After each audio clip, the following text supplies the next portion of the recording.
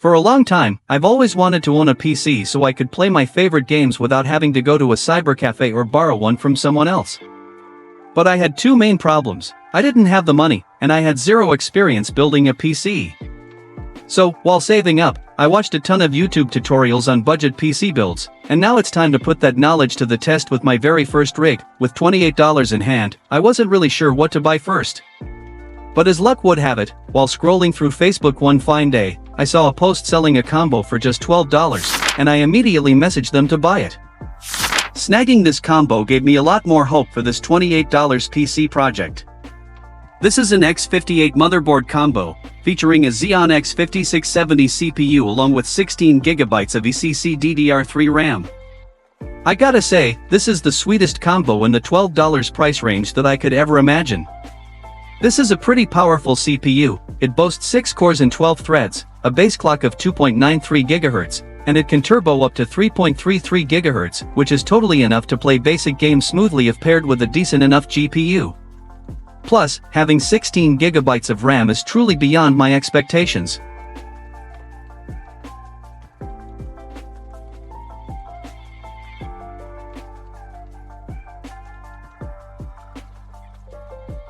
Initially, I thought with $28 I could only afford those G31 or G41 motherboard combos, so I definitely didn't expect to score something this good. Since this is a server motherboard, I couldn't use a stock cooler. Because of that, I had to drop an extra $3.40 to buy a 2-copper pipe air cooler on Shopee. Even though it was dirt cheap, it still has that flashy RGB lighting, and as the legend among gamers goes, the more RGB your PC has, the stronger it gets, right? With this cooler, I think it's more than enough to handle this CPU.AS for the case and power supply. I found my dad's old broken PC lying around the house. It had been collecting dust for years. Even though it looked pretty beat up, luckily the PSU was still working. So, I decided to reuse the case and power supply from this old rig to avoid buying those sketchy, no-name PSUs on Shopee. I really don't want a ticking time bomb in my house. Definitely gone. You could see. Whoa! So, whoa, right, that's the caps going then.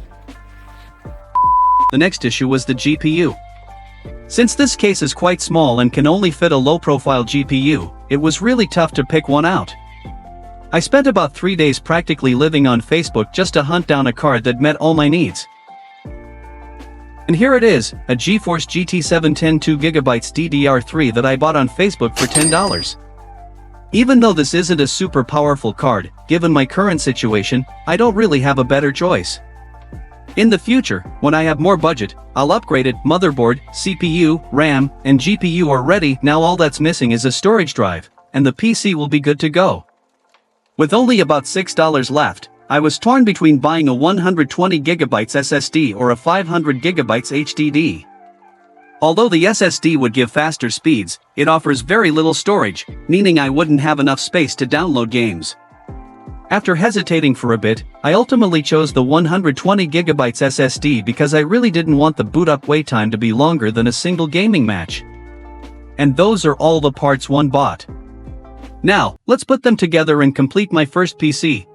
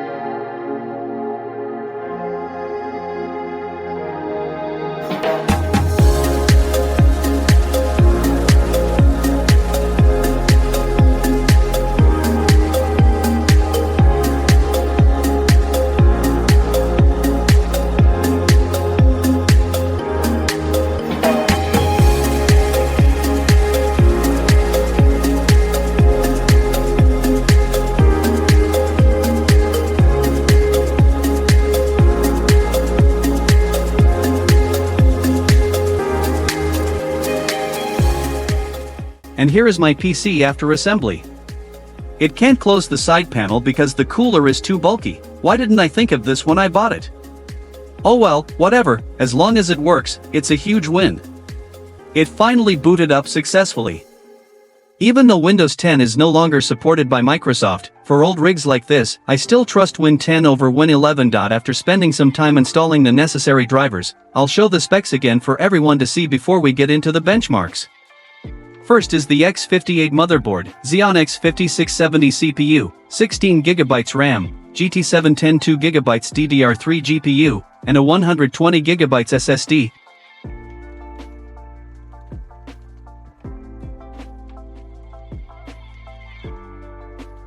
Moving to the first test, web browsing and watching YouTube. This PC handles it very smoothly. Even when I open about 10 YouTube 1080p video tabs right here, it runs flawlessly without any issues. The CPU usage is only at 15%, so I can confidently open a few dozen more tabs, and I think it would still run without a hitch. Next, I'll run a test with Cinebench R23. The temperature when the CPU is at full load hovers around 60 degrees. Here, it shows the CPU drawing 108W of power, but I think there's a bug or something. If it were truly 108W, this number should be fluctuating rather than just sitting completely still. So, this probably isn't the accurate number. I think the actual figure is only around 90W. I have to say I'm pretty satisfied with this cooler. For just $3.40, it's more than capable of handling a CPU with a 90W TDP, which isn't exactly low. After finishing the run, it scored 504 points in single-core and 3752 in multi-core. The single-core score is a bit low since this is a very old 32nm process CPU. As for multi-core, it's roughly on par with a Xeon E3-1230V3. Even though it has more cores and threads, since this CPU was released quite a long time ago, its multi-core performance is only equal to a 1230V3 despite that one having only 8 threads coming to the game tests, since I only have 120GB of drive space, and installing the OS already took up half of it, I can't test many games. So, I'll just test a few basic titles here first, and I'll see you guys in the next video when I have enough money to grab an HDD to install more games. The first game I'm testing is Minecraft Vanilla January 21st, 10. At 1080p resolution and an 8-chunk render distance, this PC easily hits around 90 FPS. In less detailed areas, it can go over 100 FPS.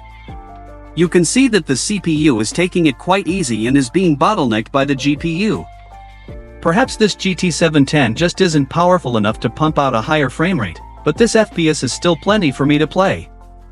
In the future, if I get some cash, I'll upgrade the GPU because I really want to experience beautiful shaders in Minecraft.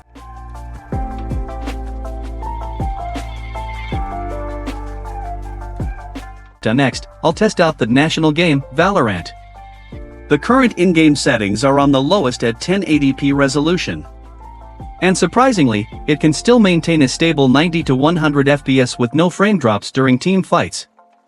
The CPU is just chilling at a few dozen % usage. The entire bottleneck is coming from the GT710, as it has to run at full load constantly.